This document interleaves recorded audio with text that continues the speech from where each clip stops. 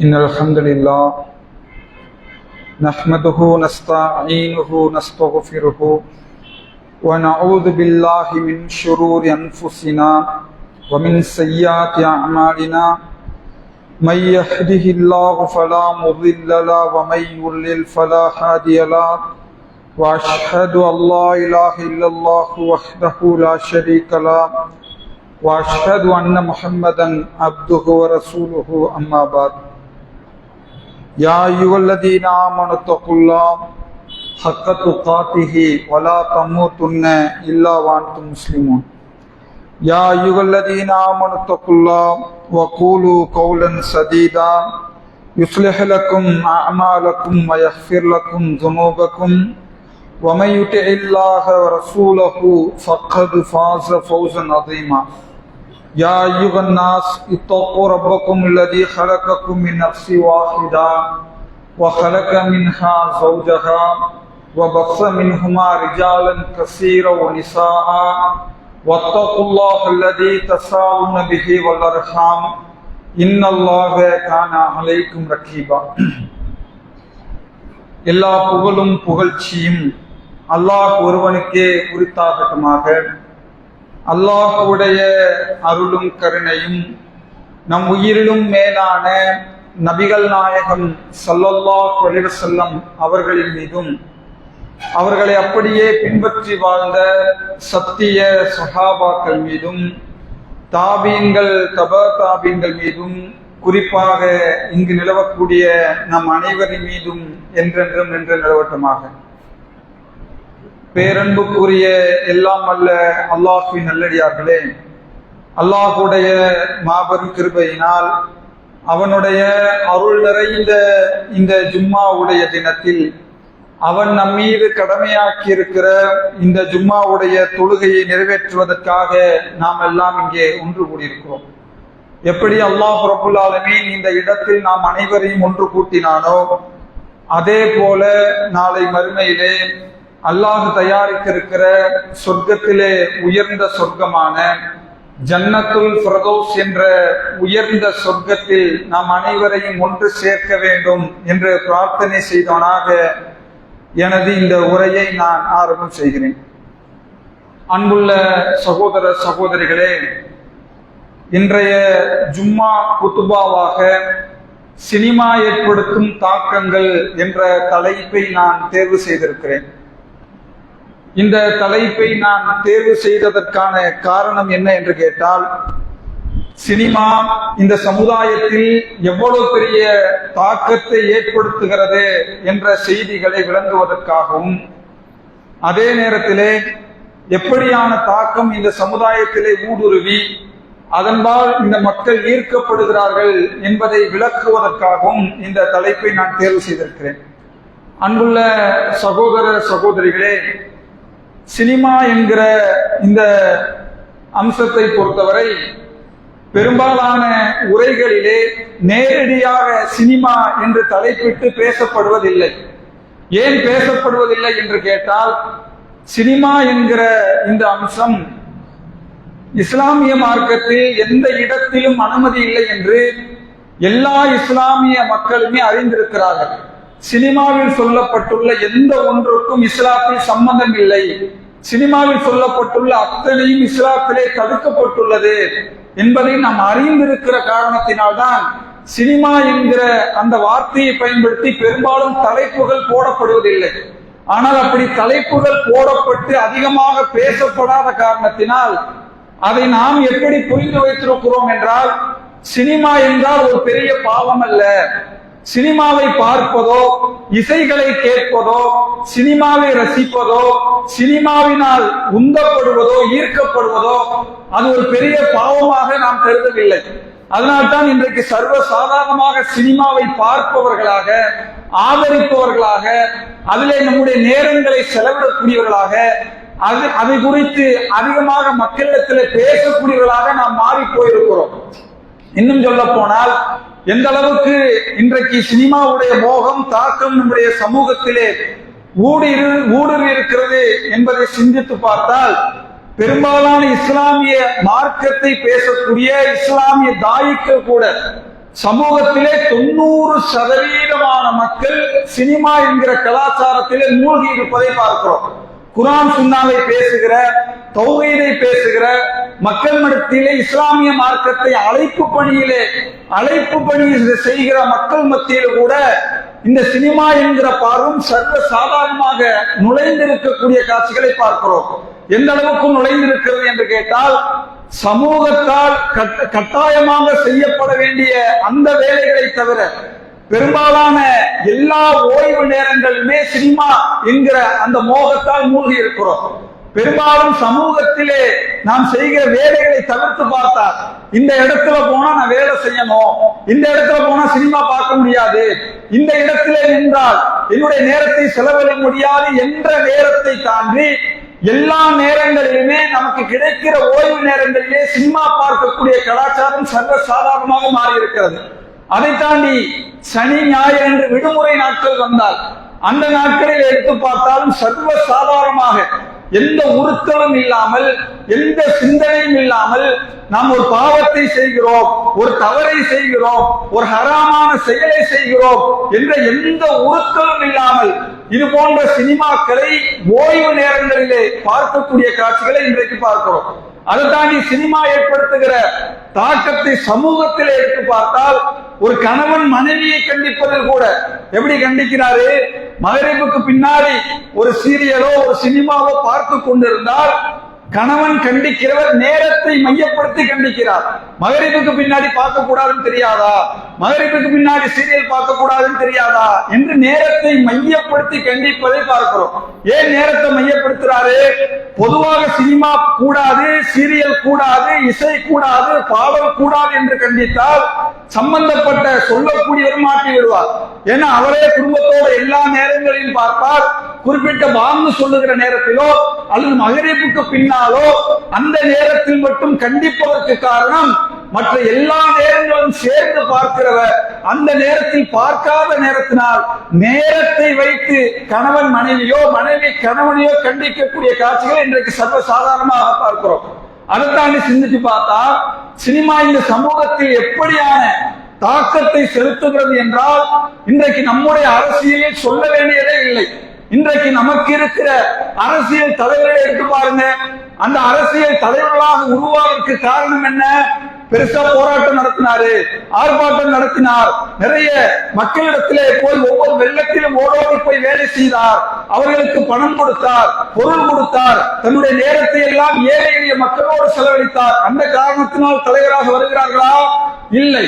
அப்ப இன்றைக்கு நமக்கு அரசியலாக தென்படக்கூடிய எல்லா முகங்களுமே சினிமா என்ற போர்வையின் பின்னால், சினிமா என்ற தாக்கத்தின் பின்னால், சினிமா என்ற ஒரு செயலின் மூலமாக ஒரு மிகப்பெரிய ஒரு தமிழ்நாட்டை ஆட்சி செய்யக்கூடிய ஒரு முதல் அமைச்சர் என்ற பொறுப்புக்கு ஒருவர் வருகிறார் என்று சொன்னால் அதற்கு பின்புலத்திலே இந்த சினிமா என்கிற கலாச்சாரம் இருப்பதை இன்றைக்கு சர்வ சாதாரணமாக பார்க்கிறோம்.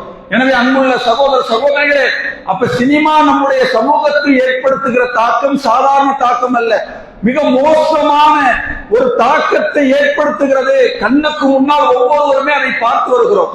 அந்த அடிப்படையில் இஸ்லாமிய மார்க்கம் சினிமாவை எப்படி பேசுகிறது, இஸ்லாமிய மார்க்கம் சினிமாவினுடைய பார்வை என்ன என்பதை நாம் ஒவ்வொருவரும் அடிக்கடி நினைவு கூர்ந்து கொண்டே இருக்க வேண்டும். அன்புள்ள சகோதரர்களே, முதலிலே சினிமா என்ற வார்த்தையை பயன்படுத்தி இஸ்லாம் நேரடியாக சினிமாவை தடுக்கிறது என்று உங்களால் குரானிலோ நபிமொழிகளிலோ அந்த வார்த்தையை காட்டி பேச முடியாது. சினிமானா என்ன? சினிமா என்ற அந்த வார்த்தைகளுக்கு பின்னால் ஏராளமான செய்திகளை உள்ளடக்கியதுதான் சினிமா. அந்த எல்லா செய்திகளையும் இஸ்லாம் தடுக்கிறது. சினிமா என்று பார்த்தால் அதிலே ஒரு நடிப்பு இருக்கிறது, அதிலே இசை இருக்கிறது, அதிலே ஆபாசம் இருக்கிறது, அது பெண்களை காட்டக்கூடியது இருக்கிறது, அதிலே வீண் விரயம் இருக்கிறது, அதிலே வீண் பேச்சுக்கள் இருக்கிறது, அதிலே அடுத்தவர்களை கேலி செய்கிற, கிண்டல் செய்து அவர்களை சிரிக்க வைக்கிற காரியம் இருக்கிறது. இப்படி ஒட்டுமொத்தமாக சினிமா என்கிற பின்புலத்தை எடுத்து பார்த்தால் எல்லாவற்றையும் இஸ்லாம் தடுக்கிறது. எந்த அளவுக்கு என்று கேட்டால், அன்புள்ள சகோதரர்களே, சினிமாவில் பிரதானமானது நடிப்பு. இந்த நடிப்பை பொறுத்தவரை இஸ்லாத்தின் பார்வையில் நடிப்பு என்று தேடி பாருங்க. எந்த இஸ்லாமிய அறிஞர்களாவது நடிப்பு என்பது இஸ்லாத்தில் கூடும், நடித்து இஸ்லாத்தை சொல்லலாம், நடிப்பதற்கு மார்க்கத்திலே ஆதாரம் இருக்கிறது, நடித்து சகாபாக்கள் சொன்னார்கள், நடித்து அதற்கு பிறகு வந்தவர்கள் சொன்னார்கள், நடித்து அதற்கு பிறகு வந்தவர்கள் சொன்னார்கள். எந்த இஸ்லாமிய அறிஞர்களாவது நடிப்பு கூடும் என்பதற்கு ஆதாரம் கொடுத்தார்களா என்றால் இல்லை. எந்த அளவுக்கு என்று கேட்டால், நபிகள் நாயகம் ஸல்லல்லாஹு அலைஹி வஸல்லம் அவர்களுடைய அன்னை ஆயிஷா ரலியல்லாஹு அவர்கள் ஒரு மனிதரை பற்றி இப்படி பேசி காட்டுகிறார், அவர் இப்படி பேசுவார், அவர் இப்படி நடந்து கொள்வார் என்று அவரை போன்று பேசி அவரை போன்று நடந்து காட்டுகிறார். உடனே நபிகள் நாயகம் ஸல்லல்லாஹு அலைஹி வஸல்லம் அவர்கள் அன்னை ஆயிஷா ரலியல்லாஹு அன்ஹா அவர்களை கண்டிக்கிறார்கள். ஆயிஷாவே இப்படி பேசாதீங்க, ஆயிஷாவே இப்படி நடக்காதீங்க என்று அன்னை ஆயிஷா ரலியல்லாஹு அன்ஹா அவர்களை கண்டிக்கக்கூடிய காட்சிகளை இன்றைக்கு பார்க்கிறோம். எனவே அன்புள்ள சகோதரர்களே, இஸ்லாமிய மார்க்கத்தை பொறுத்தவரை நடிப்பு என்ற அம்சத்துக்கு எந்த வகையிலும் அனுமதி இல்லை. அதை நபிகள் நாயகம் ஸல்லல்லாஹு அலைஹி வஸல்லம் அவர்கள் கண்டிக்கிறார்கள் என்கிற செய்திகளை பார்க்கிறோம். இன்னும் சொல்ல போனால், நடிப்பு என்ற வார்த்தைக்கு என்ன தெரியுமா? நடிப்பு என்றாலே பொய்தான். பொய்யாக ஒருவர் செய்யக்கூடிய வேலைகளை வைத்துத்தான் நடிப்பு என்ற வார்த்தைகளை இன்றைக்கு சர்வ சாதாரணமாக பயன்படுத்தக்கூடிய காட்சிகளை இன்றைக்கு பார்க்கிறோம். அந்த அடிப்படையிலே இஸ்லாமிய மார்க்கத்தை பொறுத்தவரை முதலிலே சினிமா என்ற அந்த செய்திக்குள் நாம் நுழைவதற்கு முன்னால் சினிமாவிலே சொல்லப்பட்ட முதல் அம்சமே இஸ்லாத்திலே மிக மோசமான முறையிலே நபிகள் நாயகம் ஸல்லல்லாஹு அலைஹி வஸல்லம் அவர்கள் கடுமையாக கண்டித்திருக்கிற செய்தியாக நடிப்பு என்கிற அம்சத்தை இன்றைக்கு சர்வ சாதாரணமாக பார்க்கிறோம். எனவே அன்புள்ள சகோதரர்களே, இன்றைக்கு பார்க்கிறோம், நடிப்பு என்று சொன்னால் எந்த வகையில் நடிப்பின் உச்சத்திலே இன்றைக்கு திரைத்துறையிலே சினிமாவிலே நடித்துக் கொண்டிருக்கிறார்கள் என்பதை இன்றைக்கு சர்வ சாதாரணமாக பார்க்கிறோம். சாதாரணமாக தன் கட்டிய மனைவியை வைத்து படம் எடுக்கிறார். எப்படி? இன்னொரு அந்நிய ஆணோடு நடிக்க விட்டு, இன்னொரு அந்நிய ஆணோடு முத்தமிட்டு, இன்னொரு அந்நிய ஆணோடு அசிங்கமான முறைகளை எல்லாம் செய்ய விட்டு வேடிக்கை பார்த்து ஒருவரால் படம் எடுக்க முடிகிறது, நடிக்க வைக்க முடிகிறது என்று சொன்னால், இந்த நடிப்பு என்கிற அம்சம் ஒவ்வொருவருடைய உள்ளத்திலும் எப்படி ஊறி போயிருப்பதை இன்றைக்கு சினிமா என்கிற கலாச்சாரத்தின் மூலமாக இன்றைக்கு சர்வ சாதாரணமாக பார்க்கிறோம். எனவே அன்புள்ள சகோதரர்களே, இந்த நடிப்பு என்பதை பொறுத்தவரை இன்றைக்கு சில இஸ்லாமிய மார்க்கத்திலும் இன்றைக்கு கொஞ்சம் கொஞ்சமாக நடிப்பை கொண்டு வரக்கூடிய காட்சிகளை பார்க்கிறோம். இஸ்லாமிய சினிமா என்கிற பெயரிலே, இஸ்லாமிய குறும்படம் என்கிற பெயரிலே இன்றைக்கு இஸ்லாமிய மார்க்கத்திலே நடிப்பு என்கிற அம்சத்தை இன்றைக்கு கொண்டு வந்து விட்டார்கள். சகோதரர்களே, நான் கேட்கிறேன், நடிப்பு என்பது என்ன? நடிப்பை சொல்லி நாங்கள் இஸ்லாத்தை பல மக்களை இஸ்லாத்தின்பால் இழுக்கிறோம் என்கிற பெயரை இன்றைக்கு கொண்டு வருகிறார்கள். யாருடைய தாவா இது? யாருடைய அழைப்பு? நீங்கள் சிந்தித்து பாருங்கள். சமகாலத்திலே வாழக்கூடிய யூதர்களை பார்க்கிறோம், சமகாலத்திலே வாழக்கூடிய கிறிஸ்தவர்களை பார்க்கிறோம். அவர்கள் தாவாவுக்கு என்று ஒரு வழிமுறையை வைத்திருக்கிறார்கள். நாம் ஒருவரை கிறிஸ்தவத்துக்குள்ளோ யூதத்துக்குள்ளோ ஒருவரை இழுக்க விரும்பினால் என்ன வேண்டுமானாலும் செய்யலாம். பொய் பேசலாம், நடிக்கலாம், இசையின் மூலமாக சொல்லலாம், நடனத்தின் மூலமாக சொல்லலாம், சினிமாவின் மூலமாக சொல்லலாம். இன்றைக்கு எத்தனையோ கிறிஸ்தவ மக்கள் சர்வ சாதாரணமாக நடித்து, பாடல் பாடி, ஆடி, சினிமா எடுத்து இன்றைக்கு அவர்கள் மதத்தை பரப்பக்கூடிய காட்சிகளை இன்றைக்கு சர்வ சாதாரணமாக பார்க்கிறோம். அந்த அடிப்படையிலே இஸ்லாமிய மார்க்கத்தை நபிகளார் சொன்னார்களே, நீங்கள் கொஞ்சம் கொஞ்சமாக யூதர்களையும் கிறிஸ்தவர்களையும் கொஞ்சம் கொஞ்சமாக ஜானுக்கு ஜான் முழத்துக்கு முழம் பின்பற்றாதவரை மறுமையினால் நிகழாது என்று சொன்னார்களே. சகோதரர்களே, சர்வ சாதாரணமாக இன்றைக்கு பார்க்கிறோம். பேஸ்புக்ல பார்க்கிறோம், யூடியூப்ல பார்க்கிறோம், இஸ்லாமிய குறும்படங்கள் என்ற போர்வையிலே பார்க்கிறோம். என்ன செய்கிறார்கள்?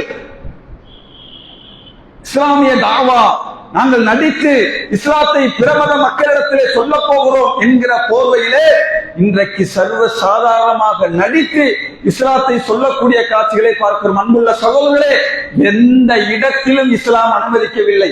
அல்லாஹ் திருமறை குர்ஆனிலே சொல்லி காட்டுகிறான், அவர்களிடத்திலே அழகிய முறையிலே விவேகத்துடன் பொறுமையுடனும் அவர்களிடத்திலே நீங்கள் அழைப்பை கொடுப்பீராக என்று அல்லாஹ் ரப்பல் ஆலமீன் திருமறை குர்ஆனிலே சொல்லக்கூடிய காட்சிகளை நாம் பார்க்கிறோம். சிந்தித்து பாருங்கள் சகோதரர், யாருடைய தாவா? இன்றைக்கு அப்படி இஸ்லாமிய குறும்படங்கள் எடுப்பவர்களுடைய நிலையை சிந்தித்து பார்த்தால் நான் கேட்கிறேன், நீங்கள் இஹ்லாஸாக அல்லாஹ்வுக்காக இப்படியான திரைப்படங்களை எடுத்து மக்களை நாங்கள் இஸ்லாத்தை நோக்கி அழைக்கிறோம் என்று சொல்லக்கூடியவர்கள் அதிலே பணம் சம்பாதிக்கக்கூடிய காட்சிகளை பார்க்கிறோம். தன்னுடைய தொழிலுக்காக தான் எந்த தொழிலை செய்கிறார்களோ அந்த தொழிலை தேர்ந்தெடுத்து அந்த தொழில் மூலமாக எப்படி வருமானம் ஈட்டலாம் என்பதற்காக இஸ்லாத்திலே மோசமான ஒரு வழிமுறையை ஏற்படுத்தக்கூடிய காட்சிகள் எல்லாம் இன்றைக்கு சர்வ சாதாரணமாக யூடியூப்ல பார்க்கிறோம். எந்த அளவுக்கு என்று கேட்டால், சகோதரர்களே, இஸ்லாத்தின் பெயரால் நடிக்க வைக்கிறார்கள். எப்படி நடிக்கிறார்? ஒரு முஸ்லிம் காஃபிராக நடிக்கிறார். கேட்டால் என்ன சொல்வார்கள்? நோக்கம் எதுவாக இருந்தாலும் எங்கள் உள்ளத்திலே ஈமான் இருந்தால், எங்கள் உள்ளத்திலே இஹ்லாஸ் இருந்தால், நாங்கள் பிறரை எடுத்துச் சொல்வதற்காக, பிறரை இஸ்லாத்தை அழைப்பதற்காக என்ன வேண்டுமானாலும் செய்யலாம் என்று காட்டுவதற்காக ஒரு முஸ்லிம் இன்றைக்கு காஃபிராக நடித்துக் கொண்டிருக்கிறார் என்று சொன்னால், அன்புள்ள சகோதரர்களே, நீங்கள் வரலாற்றை படித்து பாருங்கள். எத்தனையோ வழிகட்ட கூட்டங்கள் இந்த சமூகத்திலே உருவானார்கள். அதிலே உருவானவர்கள் ஒரு கூட்டம் ஜஹ்மியாக்கள், கத்ரியாக்கள் என்று வந்தார்கள். வந்தவர்கள் சொன்னார்கள், எங்கள் உள்ளத்திலே சரியாக இருந்தால் செயலிலே குஃப்ர் இல்லை, செயலிலே குஃப்ர் வராது என்று சொன்னார்கள். ஆனால் இன்றைக்கு அதே வழிகட்ட கூட்டத்தினரோடு நாங்கள் வெளியிலே இணை வைத்தால், வெளியிலே மாற்று மத நண்பர்களை போன்று நடித்தால், அவர்கள் பெயர் வைத்து நடித்தால், இணை வைத்து நடித்தால் அது மார்க்கத்திலே தவறு இல்லை என்று சொல்லக்கூடிய காட்சிகளை எல்லாம் பார்க்கிறோம். எனவே சகோதரர்களே, இது மிக மோசமான ஒரு விளைவை இந்த இஸ்லாமிய சமுதாயத்துக்கு இட்டு செல்லும் என்பதை நாம் மறந்துவிடக் கூடாது. சகோதரர்களே, இஸ்லாமிய திரைப்படமோ இஸ்லாத்தின் பெயரால் நடிப்பு என்கிற போர்வையில் வரக்கூடிய எந்த ஒன்றுக்கும் இஸ்லாத்திலே சம்பந்தம் இல்லை. சகோதரர்களே, பார்க்கிறோம் இன்றைக்கு நடிப்பின் மூலமாக எவ்வளவு மோசமான சூழல்கள் சர்வ சாதாரணமாக பார்க்கிறோம். அண்டை வீட்டுக்காரரிடத்திலே நடந்தால் அதை பார்த்து கோபப்பட்டு இப்படி ஒரு செயல் செய்கிறாயா என்று அருவருப்பாக பார்க்கக்கூடிய நாம் அதே காட்சிகளை திரையில் பார்த்து கைதட்டி கொண்டிருக்கிறோம், ரசித்துக் கொண்டிருக்கிறோம், அதை பார்த்து அவருக்கு பின்னால் போய் கொண்டிருக்கிறோம் என்று கேட்டால், சினிமாவினுடைய தாக்கம் இந்த சமூகத்தில் எப்படி இருக்கிறது? எவ்வளவு மோசமான இடத்திலே நாம் வந்து நின்று கொண்டிருக்கிறோம். சினிமாவை பார்த்து பார்த்து ஒரு கட்டத்திலே ஓரின சேர்க்கை, விபச்சாரம், தன்னுடைய மனைவியை இன்னொருவர் அனுபவிப்பது என்று சொல்லி அதையெல்லாம் திரையில் காட்டி காட்டி காட்டி ஒரு பக்கத்திலே இதெல்லாம் சாதாரணம், இதெல்லாம் இன்றைக்கு நடக்கிறது, இதையெல்லாம் நடந்தால்தான் இன்றைக்கு நம்மால் இந்த வாழ்க்கையை சீராக வாழ முடியும் என்கிற கலாச்சாரத்துக்கு நம்மையும் அடியாமல் நாம் பார்க்கிற ஒவ்வொரு சினிமா, நாம் பார்க்கிற ஒவ்வொரு சீரியல், நாம் பார்க்கிற ஒவ்வொரு குடும்பங்களும் நம்மையும் அறியாமல் சகோதரர்களே அசிங்கத்தை, ஆபாசத்தை, மோசமான சிந்தனையை நீங்கள் பார்க்கிற ஒவ்வொரு சினிமாக்களும் உங்களுக்கு தருகிறது. அதை தாண்டி சகோதரர்களே, சினிமா என்றால் அதற்கு இன்னொரு உருவமே ஆபாசம். சினிமாவில் செலவிடப்படுகிற ஒவ்வொரு ரூபாய்க்கும் பல கோடிக்கு அதிபதியாகிறான். எப்படி ஒருவன் சினிமாவை பார்க்க வைப்பதற்காக ஆபாசத்தின் மூலமாக மக்களை ஈர்க்க முடியும் என்று வெளிப்படையாக பேசுகிறார்கள். எவ்வளவு நல்ல காட்சிகளை வைத்தாலும் ஒரு பெண் நடனமாடினால் தான் லட்சங்களிலே கோடைகளிலே கொட்டுவார்கள், வெளிப்படையாக பேசுகிறார்கள். சகோதரர், எப்படி அந்த அசிங்கத்தை ஆதரிக்க முடியும்? எப்படி அந்த அசிங்கத்தை நாம் பார்க்க முடியும்? அல்லாஹ் திருமறை குர்ஆனிலே சொல்லி காட்டுகிறான், நம்பிக்கை கொண்ட ஆண்களுக்கு நபியே நீங்கள் சொல்லுங்கள், நம்பிக்கை கொண்ட பெண்களுக்கு நபியே நீங்கள் சொல்லுங்கள், அவர்கள் வீதிகளிலே நடந்து வந்தால், அந்நிய பெண்கள் வந்தால் அவர்கள் தங்கள் தலைகளை, தங்கள் பார்வைகளை தாழ்த்தி கொள்ளுவார் நபியே, நம்பிக்கை கொண்ட ஆண்களுக்கும் பெண்களுக்கும் சொல்லுங்கள் என்று அல்லாஹ் திருமறை குர்ஆனிலே நமக்கு சொல்லி காட்டுகிறான் என்று சொன்னால், அன்புள்ள சகோதரர்களே, இன்றைக்கு சினிமா என்கிற இந்த கலாச்சாரத்தின் மூலமாக அந்நிய ஆணையும் அந்நிய பெண்மையும் ஆடலையும் பாடலையும் அவர்கள் குடும்பத்திலே நடக்கக்கூடிய எல்லா அசிங்கங்களையும் எந்த உறுத்தலும் இல்லாமல் நம்மால் பார்க்க முடிகிறது என்று சொன்னால், அல்லாஹ்வுடைய தூதர் சொன்னார்களே, விபச்சாரம், கண் செய்கிற விபச்சாரம், கைகள் செய்கிற விபச்சாரம், காதுகள் செய்கிற விபச்சாரம் என்று சொன்னார்களே, அந்த விபச்சாரத்தின் ஒரு பங்கை அல்லாஹ் நம் மீது எழுதி விடுவார் என்று சொன்னார்கள். எப்படி எந்த கூச்ச உணர்வும் இல்லாமல் பார்க்கிறோம். வயதுக்கு வந்த பிள்ளைகளை வைத்துக் கொண்டு பார்க்கிறோம். குடும்பத்திலே இருக்கிற மனைவியை வைத்துக் கொண்டு பார்க்கிறோம், கணவனை வைத்துக் கொண்டு பார்க்கிறோம். என்ன காட்டுகிறான்? அசிங்கத்தை காட்டுகிறான். ஒரு காலத்திலே மறைந்து மறைந்து செய்ததையெல்லாம் இன்றைக்கு சர்வ சாதாரணமாக தொலைக்காட்சியின் மூலமாக, மொபைல் போன் மூலமாக. சகோதரர், நம்முடைய வெட்க உணர்வு பறிபோகிறது. எந்த அசிங்கத்தையும் ஆபாசத்தையும் பார்த்து துடித்து மனைவியும் பிள்ளையும் காப்பாற்ற வேண்டும் என்று நினைப்போமோ, அந்த அசிங்கத்தையும் ஆபாசத்தையும் மனைவியோடு பிள்ளையும் பார்த்து கைகட்டி வேடிக்கை பார்த்து ரசித்துக் கொண்டிருக்கிறோம். சகோதரர்களே, ஆபாச உணர்வு நம்முடைய எண்ணங்களை தூண்டக்கூடிய உணர்வு. அல்லாஹ் திருமறை குர்ஆனிலே சொல்லுகிறானே, நீங்கள் விபச்சாரத்தின் அருகில் கூட நெருங்கி விடாதீர்கள், பக்கத்துல கூட போயிடாதீங்க.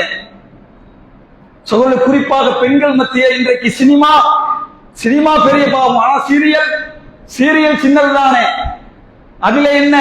வயதுக்கு வந்த பெண் பிள்ளைகளை வைத்துக் கொண்டு அதிலே கணவன் மனைவி, மாமியா மருமகள், இன்னொரு காதலன் காதலி என்று எத்தனை அசிங்கங்களை, எத்தனை ஆபாசங்களை நம்மை அறியாமல் உள்வாங்கி அழகு சிரித்து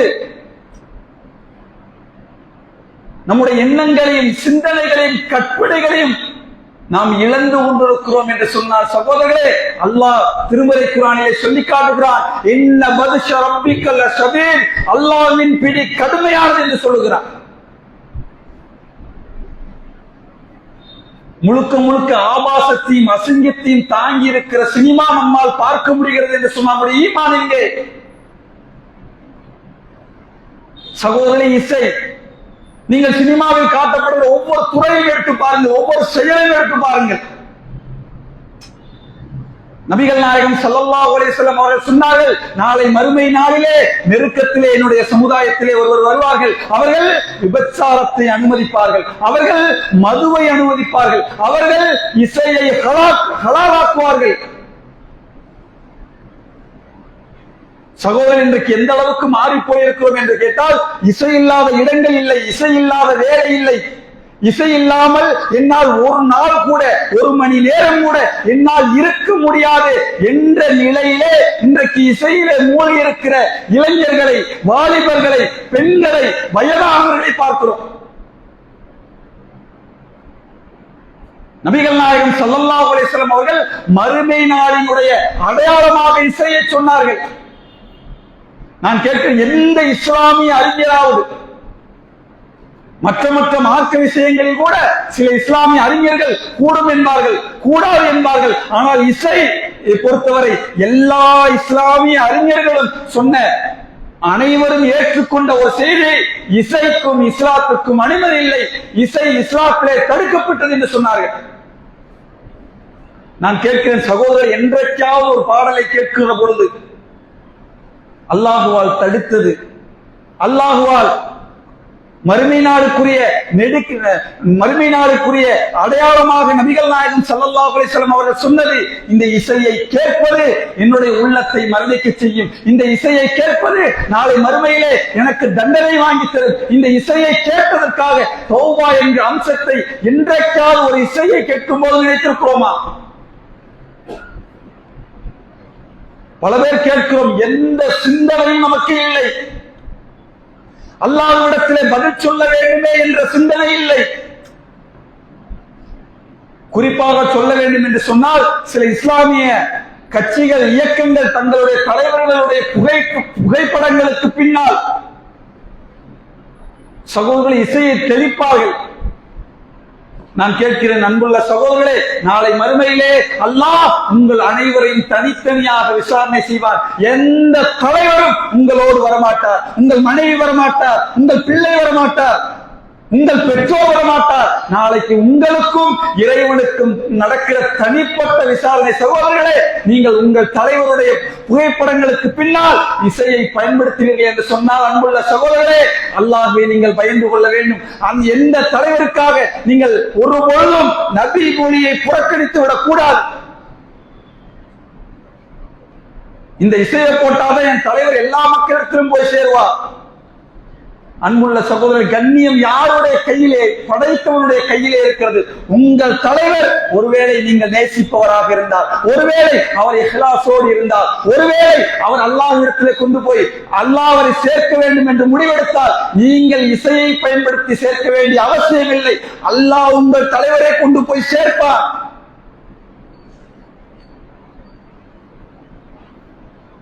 ஆனால் இன்றைக்கு இஸ்லாமிய கட்சிகள்ல போய் பேச முடியல. இஸ்லாமிய அமைப்பு இடத்துல அல்லாஹ்வுடைய தூதர் நேரடியாக சொன்ன, நேரடியாக தடுத்த, எல்லா இஸ்லாமிய அறிஞர்களும் ஃபத்வா கொடுத்த இசை தடை உள்ளத்தை மறைத்துவிடும், இறை நினைவை விட்டு உங்களை திருப்பிவிடும், மறுமை நாளினுடைய அடையாளம்.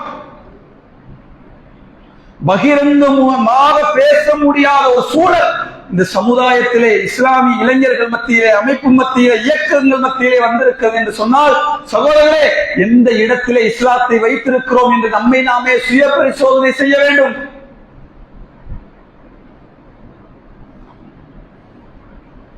அன்புள்ள சகோதரர்களே, நேரம், சினிமாவின் மூலமாக நீங்கள் செலவழிக்கிற நேரம் இருக்கிறது.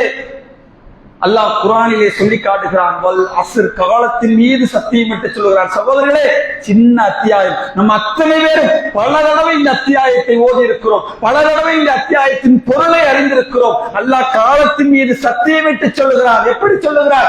நிச்சயமாக மனிதன் நஷ்டத்திலே இருக்கிறான். யார் நம்பிக்கை கொண்டு நல்லறங்கள் செய்து பொறுமையும் உண்மையும் கொண்டு ஒருவரை ஒருவர் போதிக்கவில்லையோ அவர்களை தவிர அத்தனை பேரும் நஷ்டவாதிகள் என்று அல்லாஹ் சொல்லுகிறார். சகோதரர், இன்றைக்கு சாதாரணமாக சினிமாவிலே 3 மணி நேரம் சினிமாவை சர்வ சாதாரணமாக நம்முடைய நேரத்தை அங்கே செலவழிக்க முடிகிறது என்று சொன்னார். அல்லாஹ் சொன்னானே, காலத்தின் மீது சத்தியமாக அவன் நஷ்டவாதி. 3 மணி நேரத்தை சாதாரணமாக இழக்கிறோம் என்று சொன்னால், சகோதரர் நினைத்து பாருங்கள், ஒரு மனிதனுடைய வாழ்நாள் 60 ஆண்டு காலம் சராசரியாக உலகத்திலே வாழுகிறோம் என்று சொன்னால், மணி நேரங்களை எடுத்து பார்த்தால் 5 லட்சம் மணித்தியாலங்கள் தான் இந்த உலகத்திலே வாழப்போகிறோம். அதிலே தூக்கத்திலே கிட்டத்தட்ட 3.5 லட்சம் மணித்தியாலங்கள் தூக்கத்திலே போய்விடும். இந்த உலகத்திலே விழித்து வாழப்போவது 1 லட்சம் மணி நேரங்கள் தான். அந்த 1 லட்சத்தில் கூட நம்முடைய குழந்தை, பிள்ளை, மனைவி என்று சொல்லி பல மணி நேரங்கள் அதிலே போய்விடும். சகோதரர்களே, வணக்க வழிபாட்டை தாண்டி இன்றைக்கு சினிமாவுக்காக நம்முடைய வாழ்க்கை எடுத்து பார்த்தால் பெரும்பாலான மணி நேரங்கள் சினிமாவிலே இன்றைக்கு நாம் தொலைத்துக் கொண்டிருக்கிறோம். அச்சம் இல்லை, பயம் இல்லை, கவலை இல்லை. சினிமாவை தாண்டி மொபைல் போன்ல, யூடியூப்ல வந்துருச்சு 10 நிமிஷம் கிளிப்ஸ், 3 நிமிஷம் ரீல்ஸ். ஒரு சினிமா வருவதற்கு முன்னால் ட்ரெய்லர் என்கிற பெயரில் 3 நிமிட முன்னோட்டம் தூண்டுகிறான்.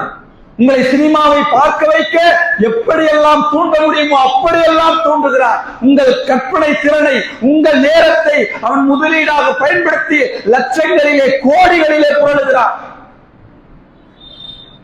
சினிமா வெளியாவதற்கு முன்னாடி 3 நிமிஷம் ட்ரெய்லர் போறான். ஏன் விளம்பரம் செய்கிறார்களே? ஏன் யூடியூப்ல, டிவியில உட்கார்ந்து மணிக்கணக்கிலே பேட்டி கொடுக்கிறார்களே? ஏன்? உங்களை உள்ள இழுக்கணும், உங்க சிந்தனையை தூண்டணும். உங்கள் சிந்தனையின் மூலமாக லட்சங்களிலே, கோடிகளிலே அவன் புரளணும். சகோதரர், அல்லாஹ் கொடுத்திருக்கிற அற்புதமானது நம்முடைய கற்பனை ரசனை. பல பேருக்கு கற்பனை ரசம்னா என்னன்னு தெரியல. சகோதரர், இந்த உலகத்தில் வாழ்வதே கற்பனை தான். அடுத்த நிமிடம் ஜும்மா முடிந்து உணவருந்த போகிறது கற்பனை. நாம் ஜும்மா வருவதற்கு முன்னால் நடந்தது கற்பனை. சந்தோஷம் என்கிற அந்த அம்சம் கற்பனையிலே அடங்கியிருக்கிறது. கவலை என்கிற அம்சம் கற்பனையிலே அடங்கியிருக்கிறது. அந்த கற்பனையை வைத்து லட்சங்களிலே சம்பாதிக்கிறார். சகோதரரை பார்க்கலாம், எப்படி சினிமாவிலே காட்டுவார். ஒரு மனிதர் 10 பேரை தூக்கி போட்டு அடிப்பார், 10 மாடி கட்டிடத்திலிருந்து குதிப்பார். ஒன்னும் ஆக. சகோதரே, நான் கேட்கிறேன், நம்முடைய அறிவை எங்கே வைத்திருக்கிறோம்? நம்ம யாராவது ஒருவர் பார்த்து முட்டாள் என்றால் எவ்வளவு கோபம் வருகிற சகோதரர்களே. அப்படி முட்டாள் என்ற வார்த்தைக்காக கோபப்படுகிற நாம் 1 மணி நேர சினிமாவுல போய், 2 மணி நேர சினிமாவுல போய் அமர்ந்து 50 ரூபாய் அல்ல 500 ரூபாய் முட்டாளாவதற்காக கொடுத்து முன்வரிசையிலே அமர்ந்து அந்த சினிமாவை பார்க்கிறோம் என்று சொன்னால், சினிமாவிலே காட்டப்படுகிற அறிவுக்கு பொருந்தாத அத்தனை செய்திகளும் நம்ம ஒவ்வொரு நொடியிலும் நம்மை முட்டாளாக்குகிறது. பார்க்கிற ஒவ்வொரு செய்தி நமக்கு சொல்லுகிற செய்தி, நீ முட்டாள், நீ முட்டாள், நீ முட்டாள். முட்டாளாவதற்காக 3 மணி நேரத்தை சாதாரணமாக செலவழிக்கிறோம் என்று சொன்னார். சகோதரர்களே, அறிவை வளர்ப்பதற்காக செலவழிக்கலாம். அறிவை மலங்கடிப்பதற்காக, நான் முட்டாளாவதற்காக 500 ரூபாய் 1000 ரூபாய் கொடுத்து நான் முட்டாளாகி கொண்டு வீட்டுக்கு வருகிறேன் என்று சொன்னால் சகோதரர்களை சிந்திக்க வேண்டும். நம்முடைய ரசனையை, நம்முடைய கற்பனைகளை வைத்து லட்சங்களிலே கோடிகளிலே இன்றைக்கு அவர்கள் சம்பாதித்துக் கொண்டிருக்கிறார்கள். எனவே அன்புள்ள சகோதரர்களே, இன்றைக்கு நம்முடைய நேரங்கள்ல குடும்பத்துக்கு கொடுக்கிற நேரத்தை கொடுக்கிறது இல்லை, பிள்ளைகிட்ட பேசுறது இல்லை, மனைவிட்ட பேசுறது இல்லை, பெற்றோர்கிட்ட பேசுறது இல்லை. எப்போது பார்த்தாலும் போன், எப்போது பார்த்தாலும் ரீல்ஸ், எப்போது பார்த்தாலும் சினிமா, எப்போது பார்த்தாலும் அதை நினைப்பது, எப்போது பார்த்தாலும் அதற்கு பின்னால் ஓடுவது. 3 நிமிடம் ஷார்ட்ஸா ஒரு கிளிப்பா போட்ட உடனே 2.5 மணி நேரம் சினிமாவுக்கு போயிடுறோம். 30 நொடி வரக்கூடிய பெயரை பார்த்த உடனே சினிமாவுக்கு போயிடும். 30 நிமிடத்திலே ஒழிக்கப்படக்கூடிய இசையை பார்த்துவிட்டு உடனே 2 மணி நேரம் 3 மணி நேரம் அங்கே போய் பார்க்க போகிறோம் என்று சொன்னால் சகோதரர்களே, வாழ்க்கையின் பெரும்பாலான இடங்களிலே இந்த சினிமா என்கிற மோசமான கலாச்சாரத்துக்கு பின்னால் நாம் இழந்து கொண்டிருக்கிறோம். எனவே அன்புள்ள சகோதரர்களே, இங்கே வந்திருக்கக்கூடிய அத்தனை சகோதரர்களும் அல்லாஹ்வின் மீது சத்தியமிட்டு ஒரு முடிவெடுங்கள். இறைவா, இனிமேல் இந்த சினிமா என்கிற கலாச்சாரத்தை என் வாழ்நாளில் ஒரு நாள் நான் பார்க்க மாட்டேன் என்று முடிவெடுத்து பாருங்கள். அன்புள்ள சகோதரர்களே, இஸ்லாம் ஒரே வார்த்தையில் சொல்லிவிட்டது, சினிமாவை தவிர்த்து விடுங்கள். அதிலே எந்த விளக்கமோ விமர்சனமோ தேவையில்லை. எத்தனையோ பித்னா, எத்தனையோ குழப்பம், எத்தனையோ சிந்தனை இல்லாமல் போய்விடும். சினிமா என்ற வாசலை அடைத்தாலே பெரும்பாலான நம்முடைய நேரங்கள் நமக்குள்ளே இருக்கும். ஆனால் அந்த வாசலை திறந்து விட்டால் சமுதாயத்தில் நடக்கிற எத்தனையோ குழப்பங்கள், எத்தனையோ பிரச்சனைகள், அது கூடுமா, அது கூடாதா, அது ஆகுமா, அது இப்படி செய்யலாமா, அப்படி செய்யலாமா, இசை சேர்க்கலாமா, கூடாதா, அப்படி நடிக்கலாமா என்று எத்தனையோ குழப்பங்கள் இன்றைக்கு சமூகத்திலே நுழைந்திருக்கக்கூடிய காட்சிகளை இன்றைக்கு சர்வ சாதாரணமாக பார்க்கிறோம். எனவே அன்புள்ள சகோதரர்களே, நம்முடைய நேரத்தை கொள்ளையடிக்கிற, நம்மை முட்டாளாக்கிற, நம்முடைய அறிவை மழுங்கடிக்கிற இந்த சினிமா என்கிற கலாச்சாரத்திலிருந்து விடுபட்டு அல்லாஹ்விடத்திலே நாம் பார்த்த இசைக்காக, பார்த்த சினிமாவுக்காக அல்லாஹ்விடத்திலே தௌபா செய்து மீண்டு மறுமையிலே நன்மை அடையக்கூடிய நன்மக்களாக அல்லாஹ் ரப்பல் ஆலமீன் உங்களையும் என்னையும் ஆக்கி அருள வேண்டும் என்று கூறி என்னுடைய இந்த முதல் உரையை நிறைவு செய்கிறேன்.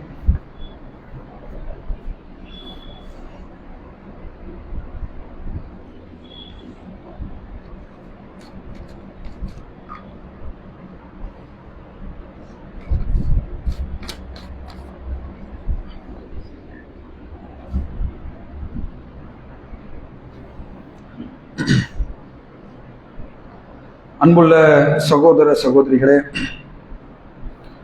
இந்த உலகத்தில் அல்லாஹ்வுக்கு பிடித்தமானது பள்ளிவாசல். இன்னும் சொல்ல போனால் இஸ்லாமிய மார்க்கத்தின் மிக ஆணிவேராக ஒரு சமூகத்தை வழிநடத்துகிற இடமாக நபிகள் நாயகம் ஸல்லல்லாஹு அலைஹி வஸல்லம் அவர்கள் பள்ளிவாசலைத்தான் சொன்னார்கள். அப்படிப்பட்ட பள்ளிவாசலை நம்முடைய ஜமாத்தை சார்ந்த ஒரு சில சகோதரர்கள் நம்முடைய அருகிலே இருக்கிற வாகை குளத்திலே அல்லாஹ்வுடைய இறை இல்லம் குர்ஆன் சுன்னா அடிப்படையிலே நடத்தப்பட வேண்டும் என்பதற்காக ஒரு இறை இல்லத்தை வாங்குவதற்காக ஒரு இடத்தை தேர்வு செய்து கிட்டத்தட்ட 48.5 லட்சம் ரூபாய் அதற்காக விலை பேசி 2 லட்சம் ரூபாய் முன்பணமாகவும் அதற்கு கொடுத்திருக்கிறார்கள்.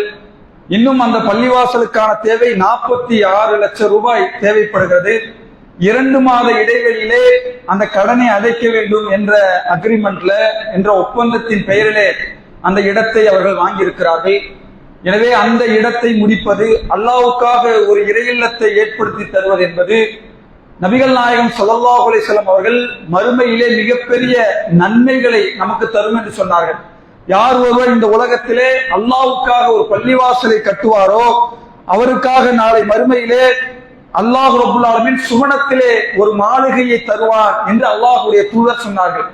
அந்த அடிப்படையிலே அந்த பள்ளிவாசலுக்காக நீங்கள் தருகிற ஒவ்வொரு ரூபாயும், அந்த பள்ளிவாசலில் நடக்கிற தொழுகை, அந்த பள்ளிவாசலிலே நடக்கிற நன்மையான காரியங்கள், அந்த பள்ளிவாசலிலே செய்கிற தர்மங்கள், அந்த பள்ளிவாசலிலே வைத்து செய்யப்படுகிற குடும்ப உதவிகள், பிரச்சனைகளுக்கான தீர்வுகள் என்று சொல்லி அந்த பள்ளிவாசல் நடக்கிற எல்லா நன்மைகளும் நமக்கும் ஒரு பங்கு எழுத வேண்டும் என்று சொன்னால் நம்மாலான இயன்ற அந்த பொருளாதாரத்தை அல்லாஹ்வுடைய பள்ளிவாசலுக்காக நாம் தர வேண்டும்.